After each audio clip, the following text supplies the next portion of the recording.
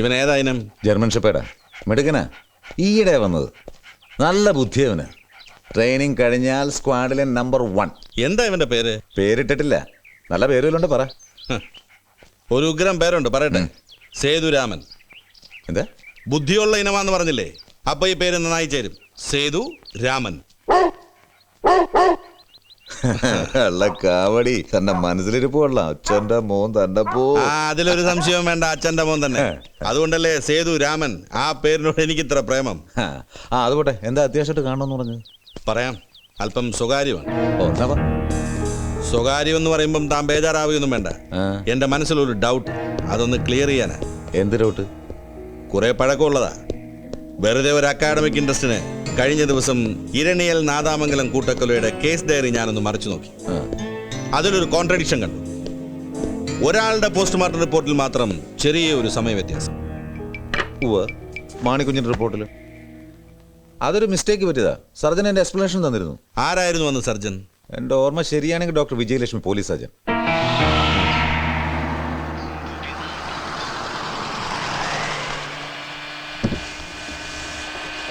അതെ, ഡോക്ടർ വിജയലക്ഷ്മിയുടെ വീടേതാ? കേക്കാൻ വയ്യ. ഡോക്ടർ വിജയലക്ഷ്മിയുടെ വീടേതാ? പഴയ പോലീസ് സർജൻ. എന്താ പറഞ്ഞ? അത് ഓഫി. ഈ doctor Vijayalakshmi. Doctor Vijayalakshmi talkies എവിടെയാണ്? ഡോക്ടർ വിജയലക്ഷ്മി ടാക്കീസോ? അങ്ങനെ ടാക്കീസ് ഇവിടെ ഇല്ല. ഡോക്ടർ വിജയലക്ഷ്മി ടാക്കീസിൽ നിന്നോട് ആരാടാ പറഞ്ഞ ജോസേ? ഡോക്ടർ വിജയലക്ഷ്മി ടാക്കീസ് ഉണ്ട്. ഡോക്ടർ വിജയലക്ഷ്മിയുടെ വീടും ഞാൻ കാണിച്ചു തരാം, കേട്ടോ? ഇവിടെ നേരെ വടക്കോട്ട് പോയിട്ട് പിന്നെ അവിടെ നേരെ തെക്കോട്ട് വന്നാൽ മതി, കേട്ടോ? നീ ഒന്ന് പോലെ. ഡോക്ടർക്ക് ഭർത്താവില്ല, സത്യം. അവർക്ക് മക്കളുമില്ല, സത്യം. അവരുടെ പൂത്ത കാശുണ്ട്, എൻ്റെ അമ്മ സത്യമായിട്ടും. നമുക്ക് തട്ടിക്കളയാം. ഉള്ള സ്വർണവും പണ്ടോ എല്ലാം കൂടി അടിച്ചെടുക്കാൻ തനിക്ക് അറിയാവോ? അവിടെ എവിടെ പോണു? ഈ വണ്ടി എവിടെ നടാ പൊക്കിയത് കള്ള? എടാ ജോസേ, ഒരു ഫ്രൂട്ട് ജ്യൂസ് മതി. പൈസ പിന്നെ തരാം, അല്ലെങ്കിൽ വേണ്ട ഇപ്പൊ തരാം. ലോട്ടറി ടിക്കറ്റോ? ലോട്ടറി ടിക്കറ്റ് 50 ലക്ഷത്തിന് ഗുജറാത്ത് ലോട്ടറിയാ. ഈയിടെ ജോസെ, ഈ 50 ലക്ഷം അടിച്ചാലുണ്ടല്ലോ നിന്റെ ജ്യൂസ് പോകും. ഓസം കൊണ്ട് നടക്ക അടിച്ച് പീസായി കളഞ്ഞ. ഈ പോസ്റ്റ്മോർട്ടം റിപ്പോർട്ടിൽ കൺഫ്യൂഷന്റെ കാര്യമൊന്നുമില്ല. ഞാൻ കൊടുത്ത ആദ്യത്തെ report it was A technical mistake. പക്ഷേ അത് ബോധപൂർവമായിരുന്നില്ല. അപ്പോ രണ്ടാമത്തെ റിപ്പോർട്ടിൽ പറഞ്ഞിരിക്കുന്ന സമയമാണോ ശരി? അതെ, അതുതന്നെയാണ് ശരി. അതുകൊണ്ടാണ് പിന്നീട് സംശയം ഉണ്ടാകണ്ടെന്ന് കരുതി ഞാൻ തന്നെ എക്സ്പ്ലനേഷൻ കൊടുത്തത്. അതും ഈ ഫയലിലുണ്ടല്ലോ. ഡോക്ടർക്ക് ഇരണിയിൽ ലോനപ്പന്റെ കുടുംബത്തെയോ നാദാമംഗലത്ത് മാണിക്കുഞ്ഞിന്റെ കുടുംബത്തെയോ നേരിട്ട് പരിചയമുണ്ടോ? ഒരു പരിചയമില്ല. അവരുടെ ഡെഡ് ബോഡീസ് പോസ്റ്റ്മോർട്ടം ചെയ്തു, ആ ഒരു ബന്ധമേ ഉള്ളൂ. ആ കേസൊക്കെ തീർന്നിട്ട് ഒരുപാട് കാലമായില്ലേ, ഇപ്പൊ എന്തിനാ ഇങ്ങനെയൊരു എൻക്വയറി? സോറി, ഇതൊരു എൻക്വയറി ഒന്നും അല്ല ഡോക്ടർ. CBIയുടെ പുതിയ റിക്രൂട്ട്മെന്റ് ബാച്ചിന്റെ ട്രെയിനിങ് ക്ലാസ്സിന് ഈ കേസ് ഒരു റെഫറൻസ് ആണ്. അപ്പൊ അതിനുള്ള നോട്ട്സ് തയ്യാറാക്കുന്നതിനിടയിലാണ് ഈ വൈരുദ്ധ്യം എന്റെ കണ്ണിപ്പെട്ടത്. അതൊന്ന് നേരിട്ട് ക്ലാരിഫൈ ചെയ്യണമെന്ന് തോന്നി, അത്രേ ഉള്ളൂ. That's all. വരട്ടെ.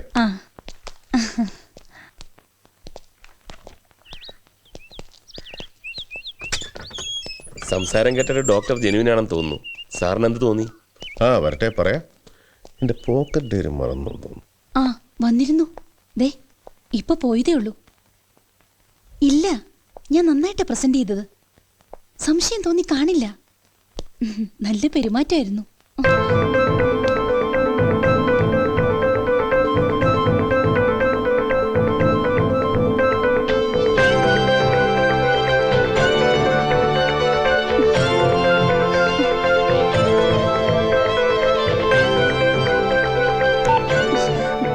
എന്താ സർ? ഞാൻ എന്റെ പോക്കറ്റ് ഡയറി ഇവിടെ വെച്ച് മറന്നുപോയി. അതൊന്ന് എടുത്തോട്ടെന്ന് ചോദിക്കാൻ വന്നതാ. Please. Thank you for everything. വരട്ടെ.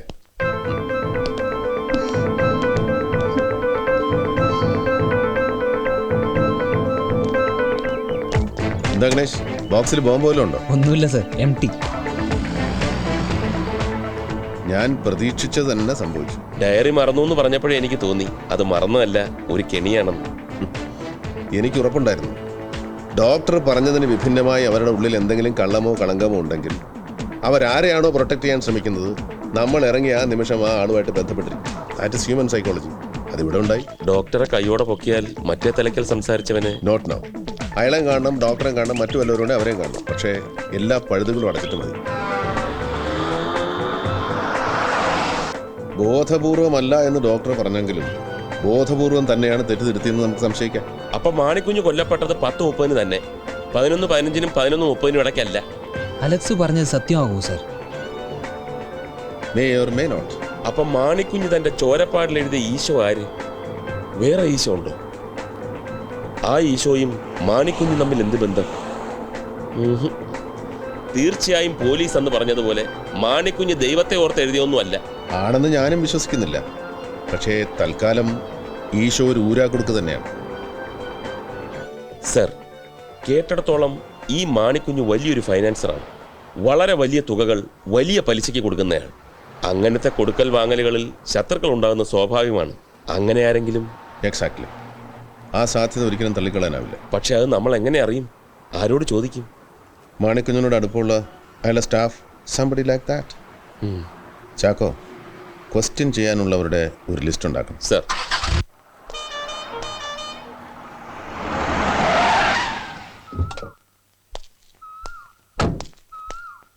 എടോ എത്തിയടോ വർക്ക്, അവരെത്തി.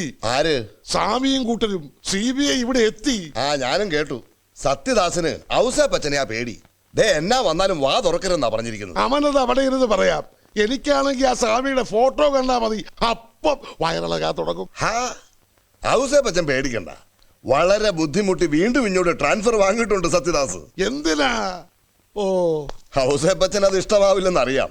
പക്ഷേ ഈ സമയത്ത് അവൻ ഇവിടെ ഉള്ളത് നമുക്കൊരു ബലവാ. അന്ന് ഞാൻ അവനെ എത്ര പണിപ്പെട്ടിട്ടാ ഇവിടുന്ന് ട്രാൻസ്ഫർ ചെയ്യിപ്പിച്ചതെന്ന് തനിക്കറിയാവോ? സഹിക്കാഞ്ഞിട്ട്.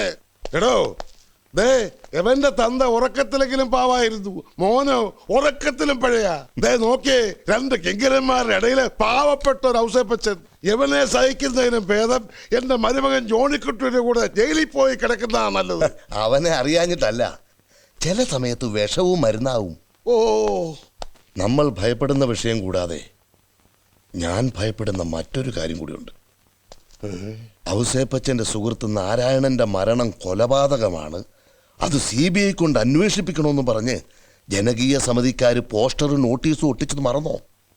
CBI എത്തിയതിന്റെ ഉദ്ദേശം അതാണെങ്കിൽ ജനകീയ സമിതിക്കാർ തെണ്ടികള്. താനും സംശയിക്കുകയാണോ എന്നെ? എന്റെ ഭാര്യയെ പോലും ഞാൻ ഇത്രയും സ്നേഹിച്ചിട്ടില്ല. നാരായണനും ഞാനും തമ്മിലുള്ള ബന്ധം അറിയാവോ തനിക്ക്? പോയില്ലേ? ഔസേപ്പച്ച, അതൊരു അപകട മരണമായിരുന്നെന്ന് നമ്മൾ മാത്രം പറഞ്ഞാൽ പോരല്ലോ. ഇങ്ങനെയുള്ള അവസരങ്ങളിൽ ചട്ടവും നടപടി അറിയാവുന്ന ഒരാളുടെ സപ്പോർട്ട് നമുക്ക് അത്യാവശ്യമാണ്. അപ്പൊ സത്യദാസിനെ സഹിച്ചേ പറ്റൂ. ആ, കർത്താവേ, ആ സ്വാമി ആയിരിക്കരുതേ. ഹലോ, ആ നോക്കട്ടെ. എടാ സണ്ണിക്കുട്ടി, സണ്ണിക്കുട്ടിയേ, ചേട്ടത്തി, സണ്ണിക്കുട്ടി എന്തി? പന്നിക്കുട്ടിയോ? ഉണ്ടായിരുന്ന ഒന്നിനെ അല്ലേ കഴിഞ്ഞ പെരുന്നാളിന് കറി വെച്ചത്. ഓ, ഈ ഔസേപ്പച്ചൻ ഒന്നും ഓർമ്മയില്ല. സണ്ണിക്കുട്ടി ചത്തു. ആ